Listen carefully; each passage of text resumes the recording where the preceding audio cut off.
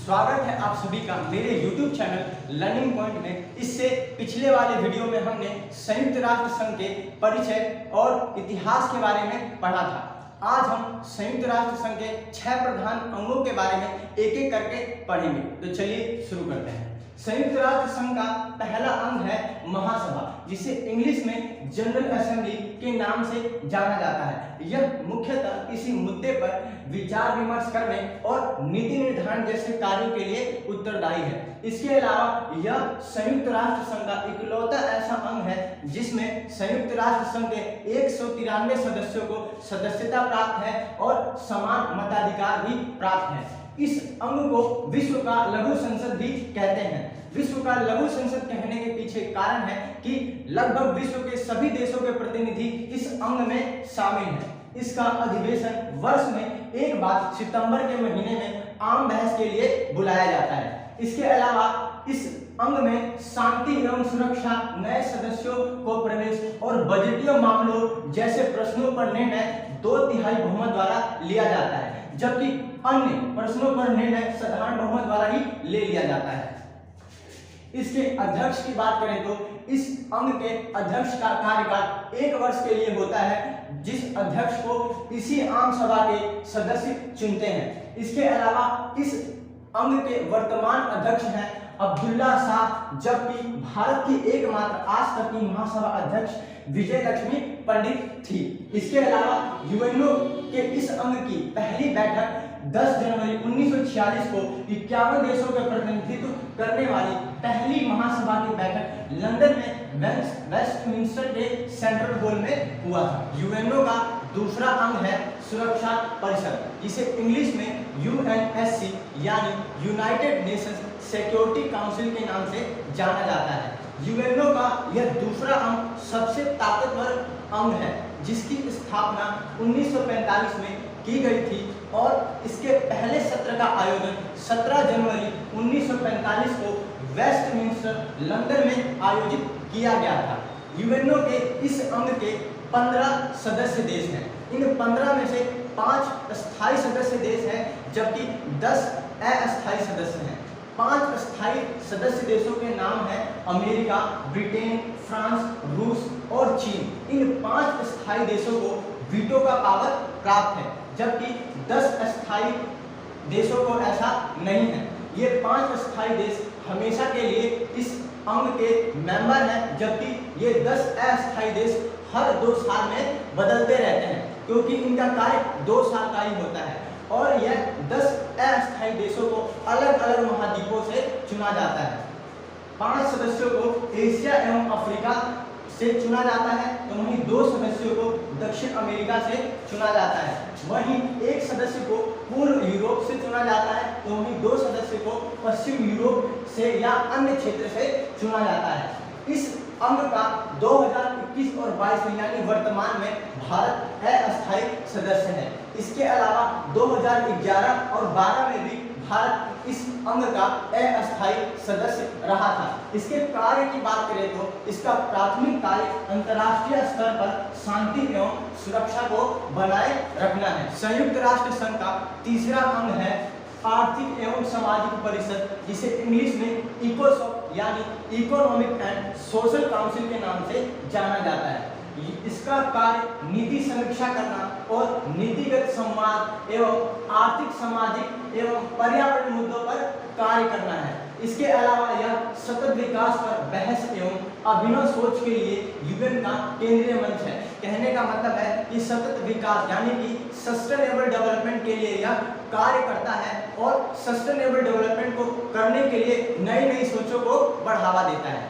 इसके सदस्यों की बात करें तो इसके कुल 54 सदस्य हैं, जिनका कार्यकाल 3 साल का होता है। जैसे सुरक्षा परिषद के सदस्यों को अलग अलग कॉन्टिनेंट से चुना जाता है, वैसे ही इसके सदस्यों को भी अलग अलग कॉन्टिनेंट से चुना जाता है। अफ्रीका के देशों से 14 सदस्य चुने जाते हैं, जबकि एशियाई देशों से 11 सदस्य चुने जाते हैं।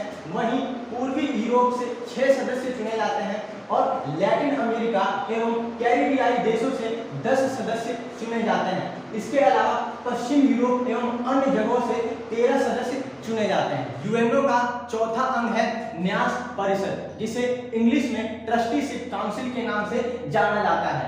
इसकी स्थापना 1945 में हुई थी और यह उन राष्ट्रों को देखता था जो वर्ल्ड वॉर II के बाद भी आजाद नहीं हो पाए थे, यानी ये उन देशों की स्वतंत्रता और स्वशासन के लिए प्रयास करता था जो द्वितीय विश्व युद्ध के बाद भी आजाद नहीं हो पाए थे या फिर वो किसी अन्य देश के अधीन थे।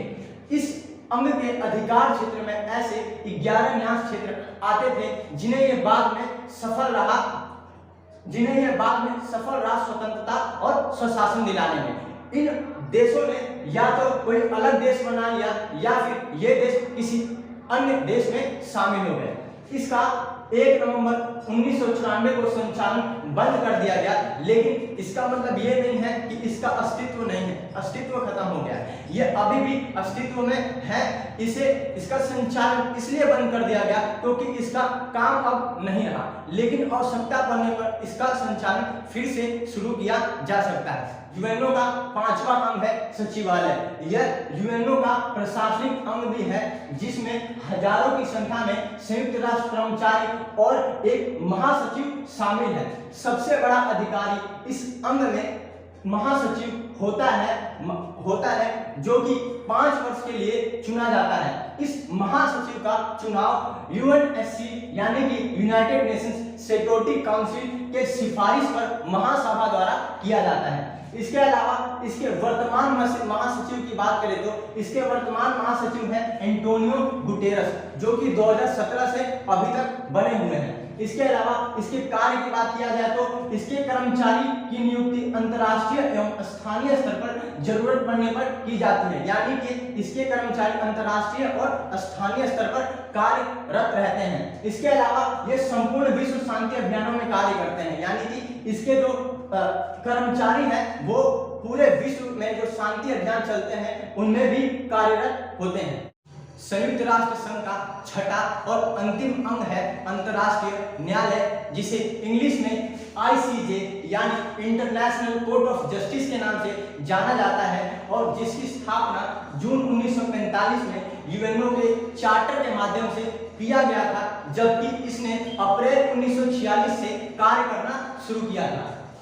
इस अंतर्राष्ट्रीय न्यायालय ने PCIJ यानी कि permanent court of international justice का स्थान लिया, जिसकी स्थापना 1920 में लीग ऑफ नेशन के माध्यम से हुआ था। यानी कि अंतर्राष्ट्रीय न्यायालय ने 1920 में स्थापित permanent court of international justice नामक संस्था का स्थान लिया है। इसके अलावा यह संयुक्त राष्ट्र का प्रमुख न्यायिक अंग है और इकलौता ऐसा अंग है जिसका मुख्यालय हेग नीदरलैंड के पीस पैलेस में स्थित है।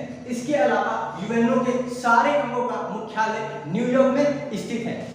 इस अंग में 15 न्यायाधीश हैं जिनका कार्यकाल 9 वर्ष का होता है, लेकिन यह 15 न्यायाधीश में से हर 3 साल में 1/3 न्यायाधीश रिटायर होते हैं ताकि इस संस्था का निरंतरता बने रहे और एक साथ सारे न्यायाधीशों की पोस्ट ना खाली हो जाए। इसके अलावा जो न्यायाधीश रिटायर हो जाते हैं वह पुनः चुनने योग्य भी होते हैं। इसके अलावा इस संस्था की आधिकारिक भाषा की बात करें तो अंग्रेजी और फ्रेंच इसकी आधिकारिक भाषाएं हैं। इसके अलावा इन 15 न्यायाधीशों को अलग अलग महाद्वीपों से चुना जाता है। अफ्रीका से 3 सदस्यों को चुना जाता है, जबकि लैटिन अमेरिका और कैरिबियाई देशों से 2 सदस्यों को चुना जाता है, जबकि एशिया से 3 और पश्चिम यूरोप और अन्य से 5 सदस्यों को और पूर्वी यूरोप से 2 सदस्यों को। वर्तमान में इस संस्था के 15 न्यायाधीशों में से एक भारतीय न्यायाधीश भी शामिल है जो कि हैं दलवीर भंडारी, जो कि 27 अप्रैल 2012 से अब तक बने हुए हैं। अगर आपको मेरी वीडियो पसंद आई हो तो प्लीज मेरे चैनल को सब्सक्राइब करें और बेल आइकन दबाना ना भूलें। यूएनओ के अन्य संस्थाओं के बारे में हम अगले वीडियो में पढ़ेंगे।